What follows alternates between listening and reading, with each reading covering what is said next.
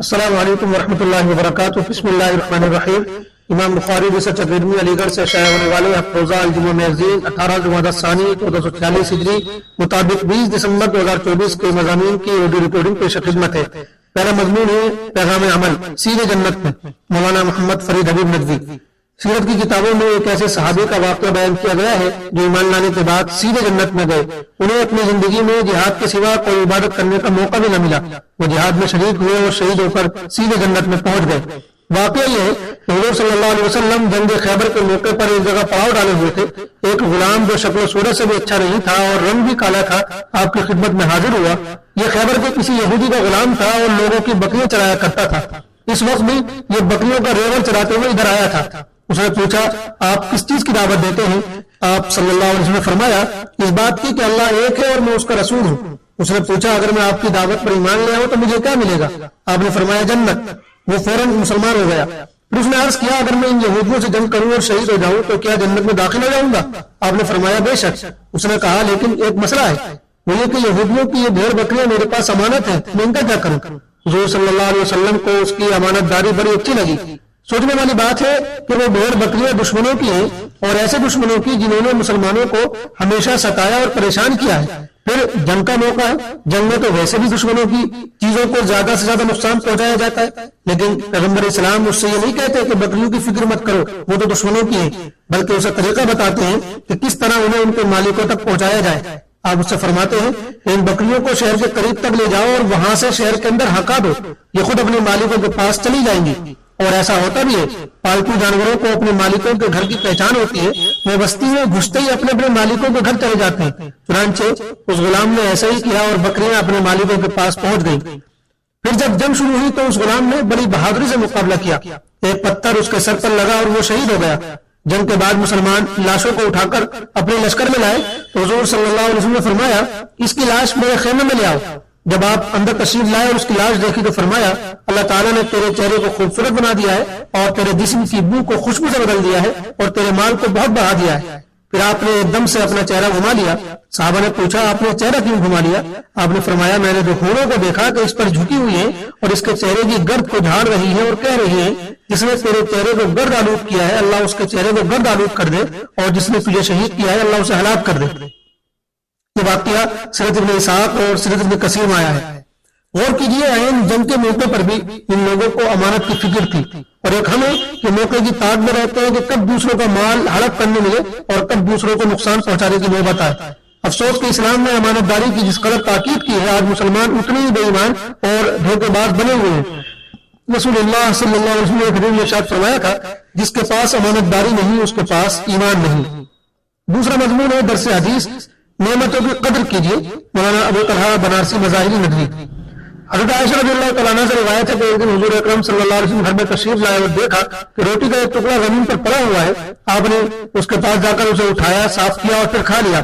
اس کے بعد فرمایا ہے عائشہ اللہ کی نعمتوں کا احترام کرو کیونکہ بہت کم ایسا ہوتا ہے کہ کوئی نعمت کسی گھر والوں سے روٹھے اور پھر ان کے پاس واپس آ جائے. ابن ماجہ حدیث نمبر 3353.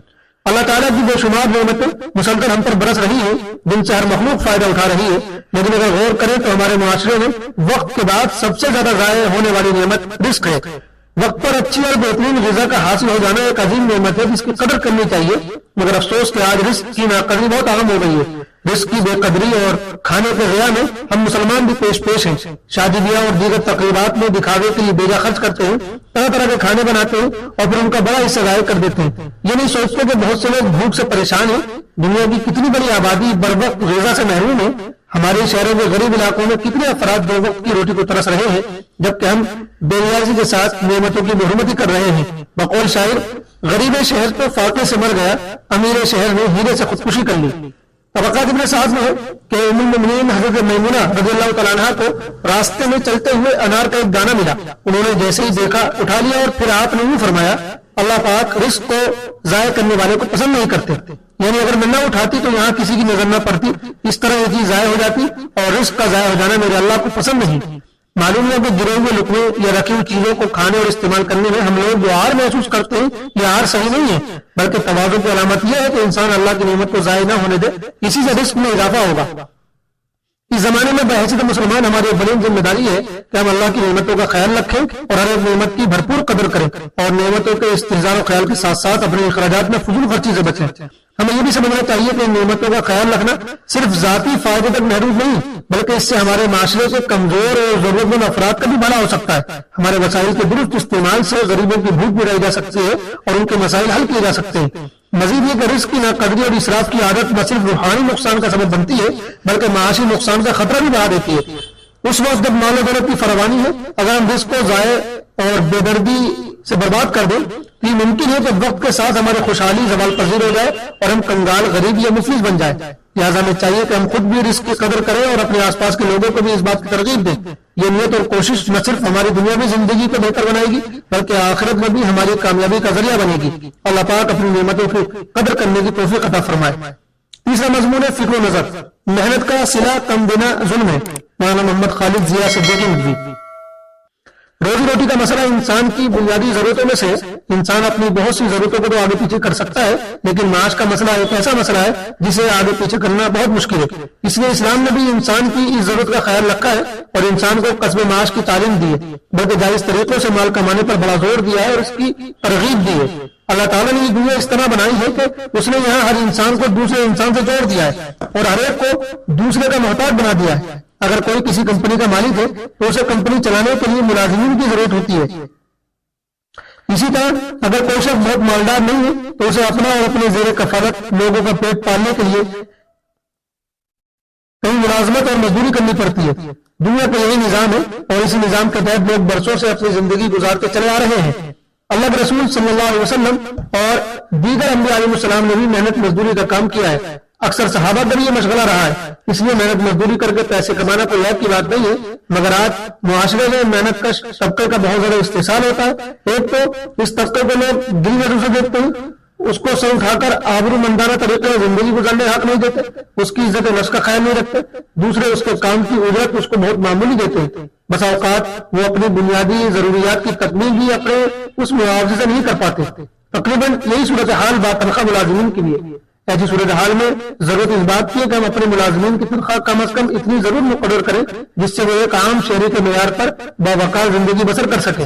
ہم میں سے بہت سے لوگ ایسے بھی ہوتے ہیں کہ ملازمت کے لیے مناسب جگہوں کے انتظار میں رہتے ہیں اور اس کے لیے بہت کوشش بھی کرتے ہیں مگر جب انہیں کسی مناسب جگہ جاب نہیں ملتی تو وہ معمولی تنخواہ پر کسی کمپنی یا مسجد میں لگ جاتے ہیں. اور افسوس کی بات یہ کہ ان کی مجبوری اور بے بسی کا فائدہ اٹھاتے ہوئے کمپنی کا مالک یا مسجد کا متولی اس ہوش ربا مہنگائی کے دور میں بھی ان کو ان کی محنت کا اتنا معاوضہ بھی نہیں دیتا جس سے وہ عزت و وقار کے ساتھ اپنی زندگی گزار سکے. ایسے میں ہماری ذمہ داری بنتی ہے کہ ہم ان کا استحصال نہ کریں بلکہ ان کو ان کے کام کی مناسب تنخواہ دیں. امام ابو حنیفہ رحمہ اللہ کا قول ہے لا رضا مع الاستعار. مجبوری کی رضا کا کوئی اعتبار نہیں ہے. یعنی کوئی شخص کسی مجبوری یا لاچاری کی وجہ سے اپنے جائز حق سے کم پر راضی ہو گیا ہے تو اس کی اس رضا کا کوئی اعتبار نہیں ہے. اسے وہی کچھ ملنا چاہیے جو کچھ اس کا حق بنتا ہے. اللہ تعالیٰ ہمیں صحیح سمجھ اور دین کا صحیح شعور عطا فرمائے. آمین. آخری مضمون مسائل. تہجد کا وقت کب شروع ہوتا ہے؟ سوال.